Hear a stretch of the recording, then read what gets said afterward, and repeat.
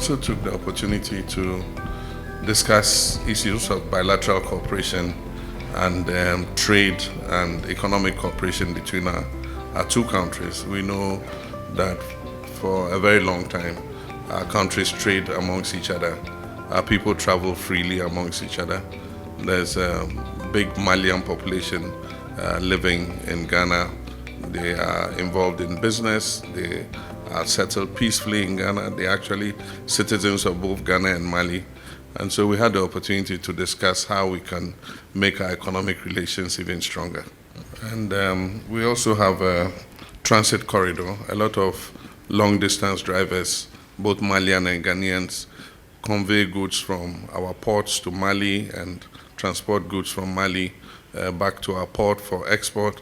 And so we discussed how we can remove the challenges so that it's easy for these drivers who are involved in the transit of goods to be able to do their work without any problems. And most importantly, we discussed issues of how we can strengthen our defense cooperation in the light of the fight against terrorism and how Ghana can be of help in terms of cooperating with the Alliance AES in terms of the fight against terrorism, because we all occupy the same sub-region, and terrorism in one country is a threat to all of us. And so we had quite a discussion on how we can strengthen our bilateral relations in terms of the fight against terrorism. And finally, we discussed the revival of the Permanent Joint Commission for Cooperation between Mali and Ghana. The last meeting was in 2011 in Accra, and the next meeting was supposed to take place here, but due to some circumstances it didn't happen.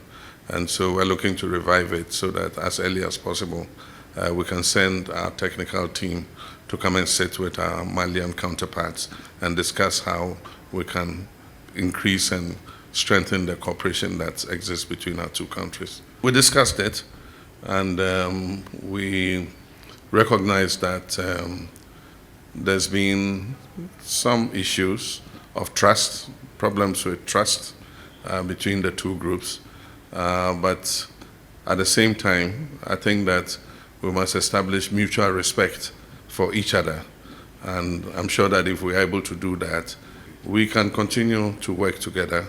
I think that there's a choice that Mali, Burkina Faso, and Niger have taken, but that won't be an impediment in us continuing to have our bilateral relations with all those countries. We're brothers, and God put us in this sub-region for a purpose. And so whether we like it or not, we have to live together.